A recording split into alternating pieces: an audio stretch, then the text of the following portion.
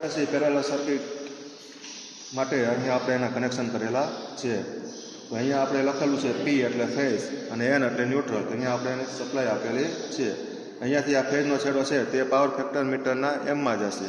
અહીંયાથી એમનો છેડો છે તે વોટ મીટરના એમમાં જશે. અહીંયાથી આપણે વોટ મીટરના એમમાં છેડો આપેલો છે. અહીંયા એમસી છે તે શોર્ટ કરેલા છે, પાછળ એનું કનેક્શન જોડેલું છે. એટલે અહીંયાનો જે સી વાળો છેડો છે તે અહીંયા આપણે વોટ મીટરના સીમાં દેશું.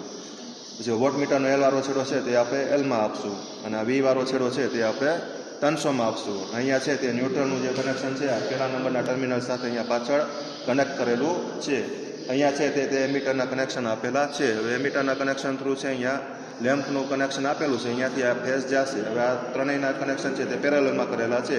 તો આ બાજુના ત્રણેયના છેડા છે તે પેરેલલમાં જશે. તો અહીંયા આનો ફેઝ ને આનો ફેઝ એ બાજુ આ ફેઝ દેવાના અને આ સામેની બાજુના જે બીજો એક છેડો છે અહીંયા આપણે શું આપશું? ન્યુટ્રલ આપશું. એટલે આ રીતે આખી એની સર્કિટ પૂરી થશે. અને અહીંયા આપણે છે આ ત્રણેયની એક્રોસ અહીંયા વોલ્ટેજ મીટરની મદદથી માપીશું. આ રીતે છે આરએસસી પેરેલલ સર્કિટનો હવે આપણે પ્રેક્ટિકલના માધ્યમથી તેનો અભ્યાસ કરશું. તો અહીંયા હવે આપણે જોઈ શકીએ છીએ અહીંયા વોટ મીટર છે તે 200 વોટ બતાવે છે, 0.2. કેમ કે મીટર છે કિલો વોટ મીટરમાં આપેલું છે એટલે 200 વોટનું કિલો વોટમાં આપણે કન્વર્ટ કરી તો 0.2 મીટરમાં રીડિંગ દર્શાવશે. અહીંયા આપણે જોઈ શકીએ છીએ આની એક્રોસમાં વોલ્ટેજ છે તે 261 બતાવે છે. હવે આપણે કરંટ માપીશું.